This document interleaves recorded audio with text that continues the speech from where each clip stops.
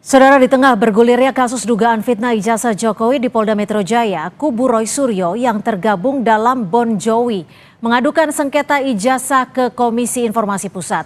Pertanyaannya, apakah sidang sengketa ijazah di KIP akan jadi babak baru penyelesaian kasus ijazah? Atau justru upaya Roy Suryo CS mengulur-ulur waktu? Kita bahas bersama kuasa hukum Roy Suryo CS, sudah ada Ahmad Kozinudin dan juga Ketua DPP PSI Valdo Maldini. Selamat petang Mas Valdo, Bang Kozin, terima kasih sudah berbagi waktu di Kompas Petang. Selamat petang, Assalamualaikum. Ya Mas Valdo, ini saat ini kan Polda Metro Jaya masih menangani kasus fitnah ijazah Jokowi. Kalau di tengah jalan ada gugatan soal keterbukaan informasi publik atas ijazah Jokowi, menurut Anda apakah kasus ijazah ini murni kasus soal hukum atau politis?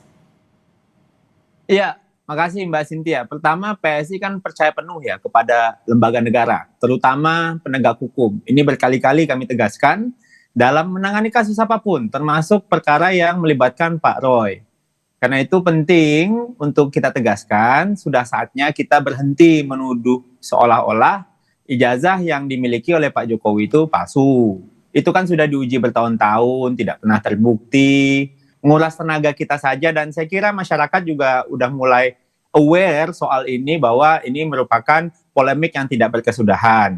Dan yang kedua, memang penetapan untuk Pak Roy memang bukan sesuatu yang sudah melewati prosedur gitu, pengumpulan alat bukti, gelar perkara, lain-lain gitu. Jadi hal ini kan kembali ramai karena muncul sidang KIP ini gitu. Padahal KIP itu kan forum sengketa informasi publik, bukan lembaga yang menguji keaslian dokumen. Nah, ini penting ya, bukan lembaga yang menguji keaslian dokumen. Jadi, nggak mungkin Mbak Cynthia, KIP menyatakan ijazah itu asli atau palsu.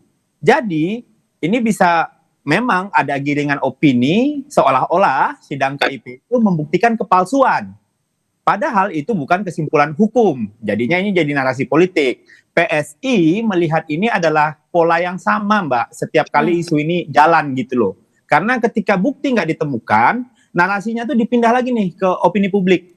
Nah ini nih yang kita jaga. Kritik boleh, sangat boleh. Upaya yang dilakukan oleh Pak Roy juga kita juga ya silakan tempuh jalur hukum dan kita sama-sama menghormati. Tapi fitnah ini, Mbak, yang bisa merusak kualitas demokrasi kita. Dan kita harus menjaga, kami kira, ruang publik agar nggak dipenuhi oleh tuduhan personal yang nggak bisa diuji.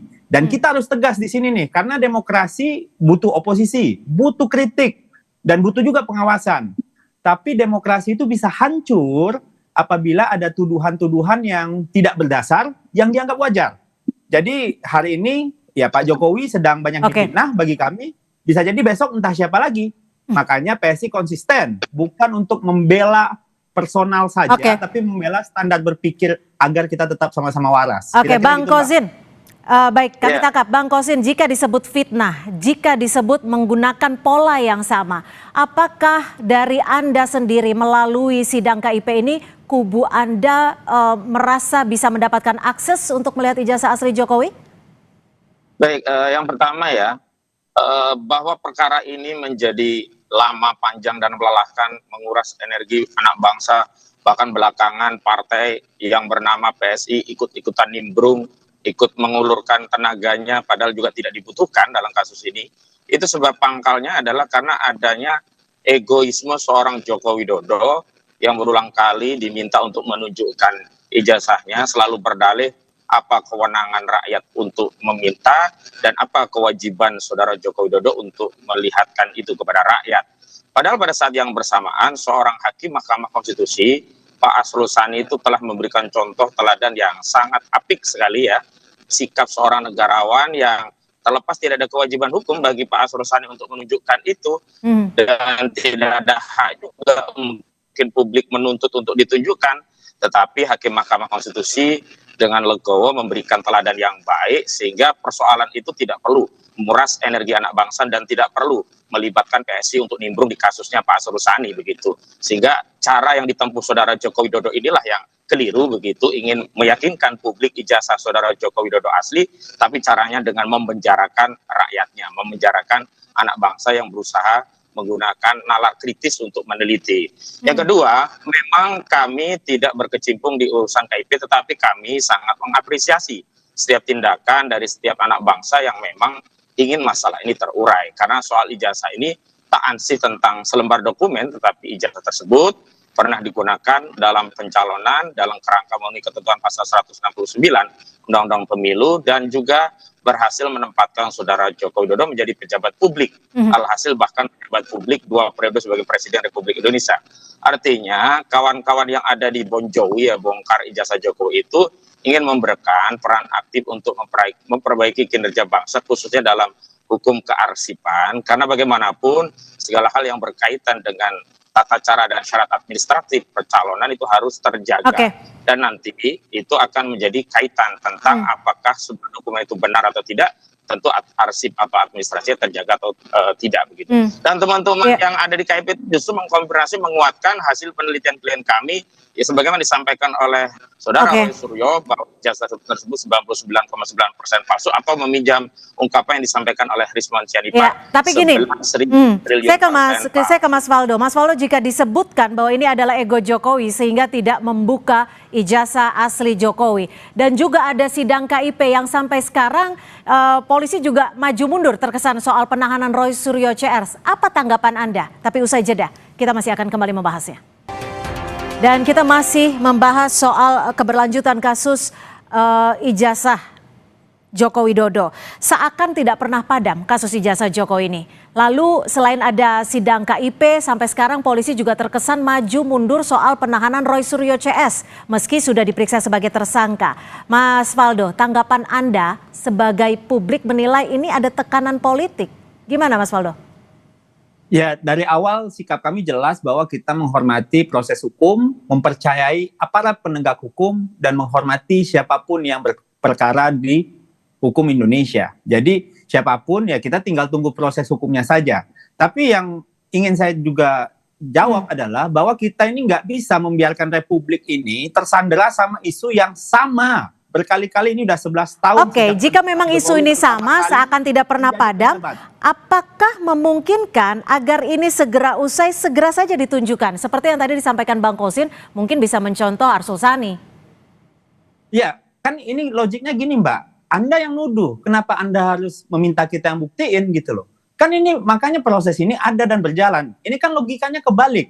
Misal nih Mbak Cynthia, saya tuduh Mbak Cynthia tadi maling roti ya.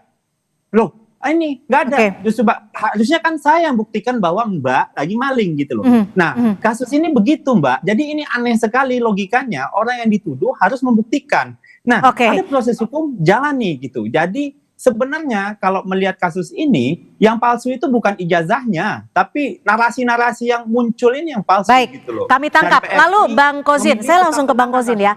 Bang Kozin, jika untuk menjawab statement dari Mas Waldo tadi, apa sebenarnya indikator yang paling kuat, baik itu secara teknis, baik itu secara hukum, bahwa apa yang menjadi dugaan Anda itu soal ijazah Jokowi adalah benar, bahwa tidak asli? Putus tadi ya, udah terdengar ya? Iya, tadi bahwa dikatakan oleh Mas Waldo, untuk apa menunjukkan ijazah asli Jokowi jika dituduh. Jadi ada pembuktian yang harus dilakukan oleh pihak Anda. Cukup.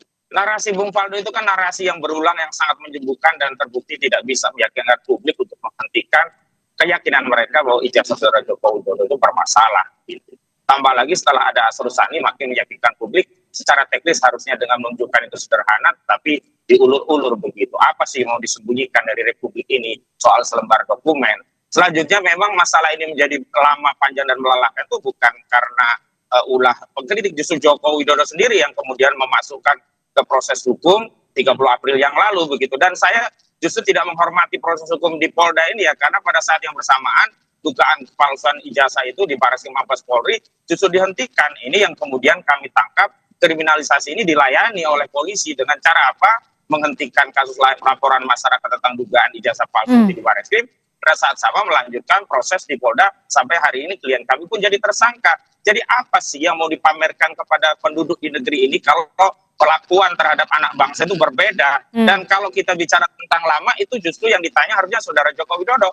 Apa sih yang kau takutkan, kau khawatirkan sehingga engkau menyimpan tuh barang yang nggak dibawa mati juga itu ijazah. Oke. Kemudian sampai mengharukan partai sekelas PSI ikut nimbrung dalam Oke, ini. gimana Mas Faldo dan bagaimana juga Anda bisa menjawab soal hasil ataupun dari sidang majelis KIP ini?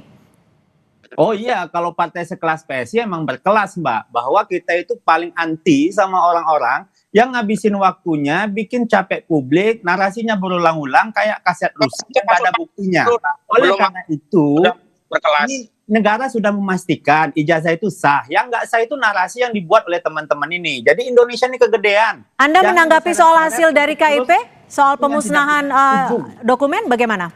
Itu kan sesuai dengan undang-undang, udah dijawab oleh Peradi. Dan sekali lagi, tadi di awal saya bilang, KIP itu bukan tempat memvonis ini, karena itu untuk keaslian dokumen. Nah, proses hukum lagi jalan, hadapi. Kita juga nggak masalah kok, teman-teman mau jalani proses hukum. Yang jelas, PSI itu terlalu gatal telinganya kalau ngelihat orang-orang yang kayak kaset rusak terus muter-muter hal yang sama gitu loh. Baik, kami sudah tangkap. Mohon maaf karena waktu juga yang terbatas. Rakyat tertindas, nggak punya kerjaan, dijanjikan 90 Oh iya, negara ini butuh banyak hal lain dibanding perebutan ijazah. Jokowi. Jadi kelasnya PSI sekarang itu udah tidak begitu. Baik, kami tangkap waktu juga yang harus mengakhiri diskusi kita. Kita akan lanjutkan lagi nanti di sesi lain waktu. Terima kasih Bang Kozinudin, terima kasih Mas Faldo Maldini sudah berbagi perspektif di Kompas Petang. Selamat sore.